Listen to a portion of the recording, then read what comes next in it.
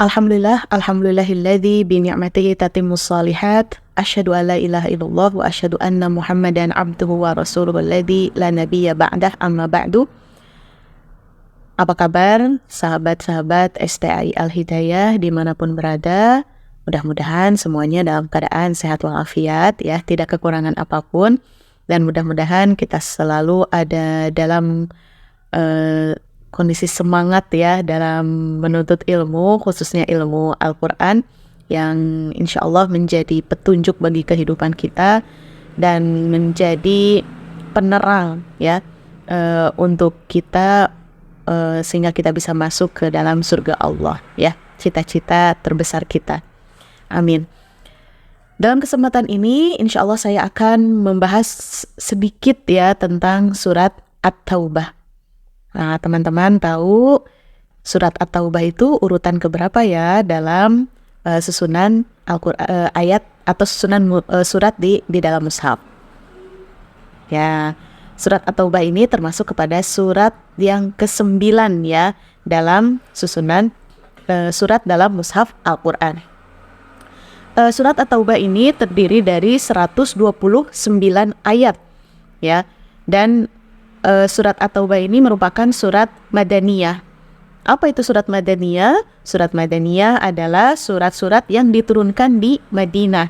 Berarti setelah hijrahnya Rasul SAW dan para sahabat ke Madinah.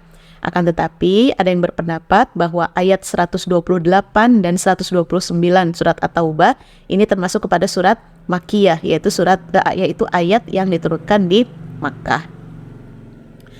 Surat At-Taubah ini termasuk kepada surat Al-Mi'in ya. Al-Mi'in itu apa? Al-Mi'in itu yaitu terdiri dari 100 ayat ya. Baik. Surat At-Taubah ini merupakan surat yang merupakan surat-surat yang terakhir turunnya gitu ya. Seperti hadis yang diriwayatkan oleh seperti yang dikatakan oleh Al-Bukhari dan Abu Ishaq ya, ia berkata, aku mendengar Al-Barra berkata, ayat yang terakhir turun adalah ayat 76 surat An-Nisa. Bunyinya apa? Yastaftunaka qulillahu yuftikum fil kalalah. Dan surat yang terakhir turun adalah surat Baro'ah atau surat At-Taubah ya. Jadi surat At-Taubah ini adalah surat yang terakhir turun. Sedangkan ayat yang terakhir turun adalah tadi ayat ke-76 surat An-Nisa. Oke, sekarang kita masuk ke nama lain surat At-Taubah. Ya, mungkin kalau kita sering mendengarnya surat At-Taubah ya, dan ditulis juga di dalam Al-Quran itu surat At-Taubah. Ternyata surat At-Taubah ini memiliki nama lain dan Masya Allah namanya banyak sekali ya, nama lain dari surat At-Taubah. Nah, nama ini adalah representatif dari isi dari surat ini ya. Oke, yang pertama yaitu surat Baro'ah ya, dinamakan juga Baro'ah. Baro'ah itu artinya apa? Baro'ah itu artinya berlepas diri. Kenapa surat ini disebut Baro'ah atau berlepas diri?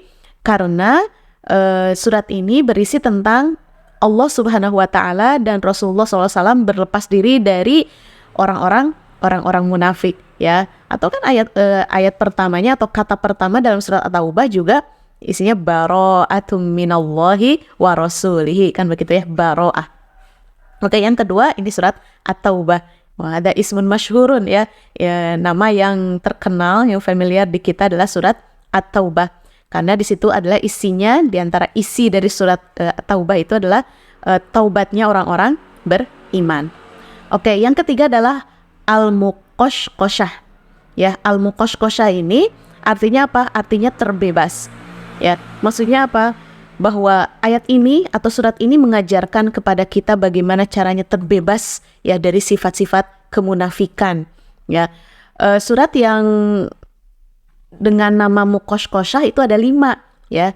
Jadi ada 5 surat yang disebut juga dengan surat Al-Muqashqashah ya, atau Al-Musyaqshatah ya.